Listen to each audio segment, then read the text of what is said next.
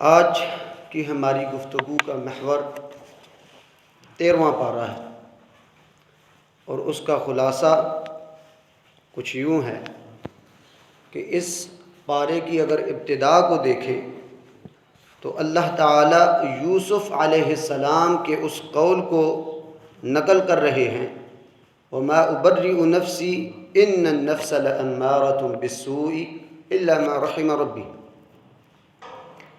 یوسف علیہ السلام جن کو ایک عرصے تک جیل میں رکھا گیا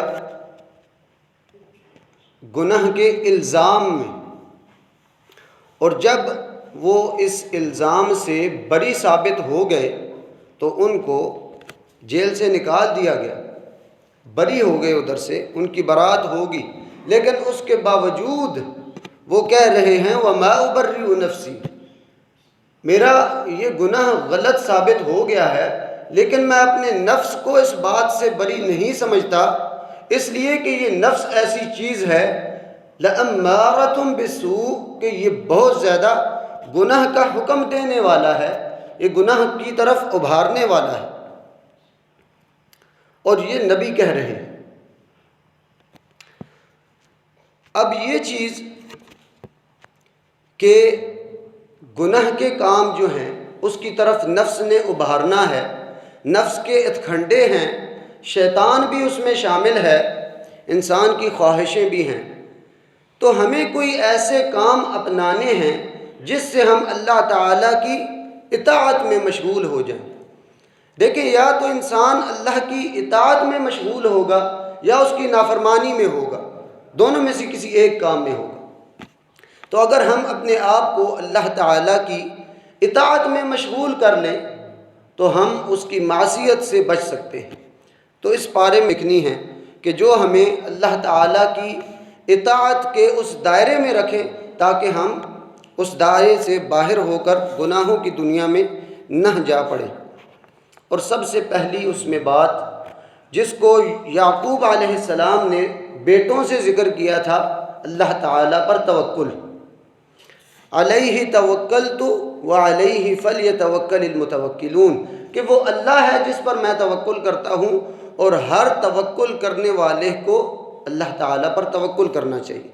تو توکل ایسی عبادت ہے کہ وہ بھی ایک حصار کے تحت آپ کو گناہوں سے دور رکھ سکتی ہے۔ اور دوسری چیز جو اس پارے میں ذکر ہوئی، عدل اور انصاف، عدل اور انصاف سے کام لینا، یہ بھی اطاعت کی وہ کڑی ہے جو گناہوں سے انسان کو بچا سکتی ہے، ظلم سے، زیادتی سے بچا سکتی ہے۔ اور انتہائی اہم، ضروری اور تنبیہانہ بات اولاد کی تربیت۔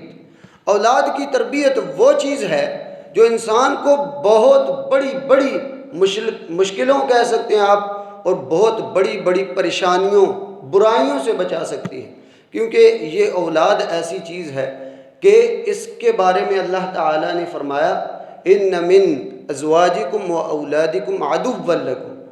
اگر ان کی تربیت نہیں کر رہے اللہ تعالیٰ کے قرآن اور سنت کے مطابق تو یہ آپ کے دشمن ہیں، اللہ تعالیٰ نے اعلان کر دیا ہے۔ اور اگر ان کو ہی سیدھے راستے پہ چلا رہے ہیں تو اللہ تعالیٰ، اور رسول اللہ صلی اللہ علیہ وسلم کی اس میں حدیث ہے کہ وہ آپ کے لیے صدقہ جاریہ ہے، آپ فوت ہو گئے ہیں، دنیا میں نہیں ہیں، تو وہ آپ کے لیے ثواب کا اور اجر کا باعث ہے۔ پھر یہ کہ اللہ تعالیٰ سے فریاد گریہ زاری کی جائے، جیسا کہ یعقوب علیہ السلام نے، ان کے جب دونوں بیٹے بچھڑ گئے تو انہوں نے اللہ تعالیٰ سے کہا انما اشکو بثی وحزنی الی اللہ، کہ میں اپنا غم اور اپنی پریشانی وہ اللہ تعالیٰ کے سامنے پیش کر رہا ہوں۔ تو اللہ تعالیٰ نے ان کو اس غم سے بچایا۔ پھر یہ کہ رحمت الہی کی امید ہونی چاہیے، یہ امید ایسی چیز ہے کہ اس کو ٹوٹنے نہ دے بندہ۔ اگر یہ ٹوٹ گئی تو بہت زیادہ گناہوں کا باعث بن جائے گی، جو سب سے پہلی کڑی جو ہے اس کی مایوسی ہے۔ اور پھر اللہ تعالیٰ کا ڈر، اللہ تعالیٰ کا تقوی۔ کیونکہ تقویٰ ایسی چیز ہے کہ جو انسان کو جکڑے رکھتی ہے، انسان کو ایک حصار میں رکھتی ہے کہ انسان اللہ تعالیٰ کی معصیت سے بھی بچتا ہے اور اس کے بتائے ہوئے طریقے پر بھی عمل کرتا ہے۔ اور پھر اسی میں سر دست بات ہے والدین کا احترام۔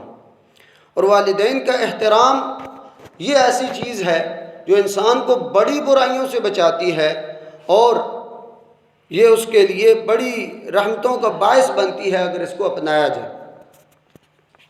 اور دوسری طرف اگر ان سے آزادی چاہی جائے تو یہ بڑی برائیوں کا باعث بن سکتی ہے، انسان کے لیے بڑے نقصان کا باعث بن سکتی ہے۔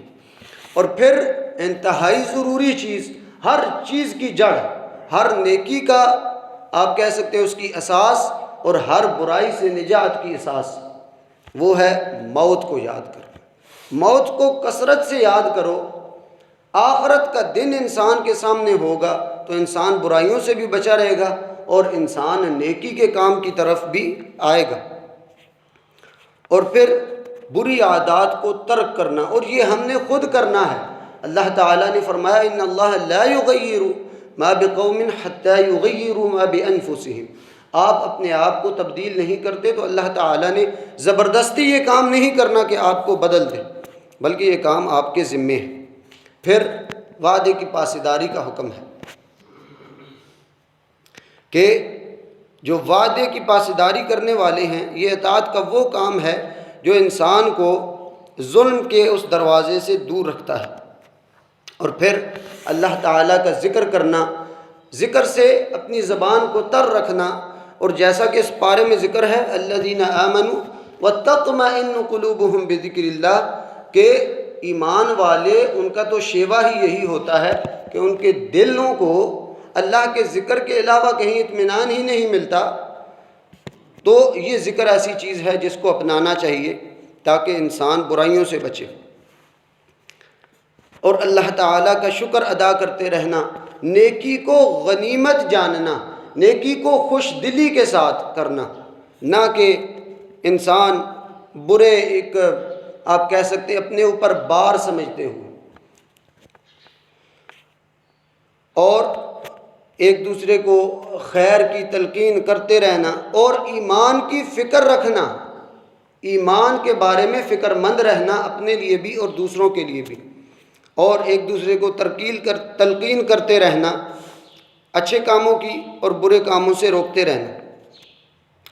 اور نماز کی ادائیگی، نماز کی ادائیگی اور باجماعت خاص کر یہ انسان کے لیے ایک ایسا حصار ہے جو انسان کو اس کے درمیان برائی سے، بے حیائی سے، برے کاموں سے بچانے والی ہے، جیسا کہ اللہ تعالیٰ نے خود اس بات کا اعلان کیا۔ اور پھر اپنے لیے، ملک و ملت کے لیے، اولاد کے لیے، قوم کے لیے دعا کرنے کی ضرورت ہے، اور اس بات کا ذہن میں خیال رکھنا، یقین رکھنا بلکہ کہ اللہ تعالیٰ ہر چیز کو جاننے والا ہے، میرے دل میں جو چیز ہے وہ اللہ تعالیٰ کے علم میں ہے۔ اگر یہ خیال ہمارے دل میں ہوگا، ہمارا پختہ عقیدہ ہوگا، تو ہو نہیں سکتا کہ انسان برف اس کا دل نہ آئے۔ تو یہ خیال دل میں رکھنے کی بات ہے۔ اور پھر آخر میں والدین کی دعا کے لیے ذکر ہے کہ والدین کے لیے دعا کریں اور ان کے لیے اچھائی کی، اللہ تعالیٰ کی رحمت کی دعا کریں۔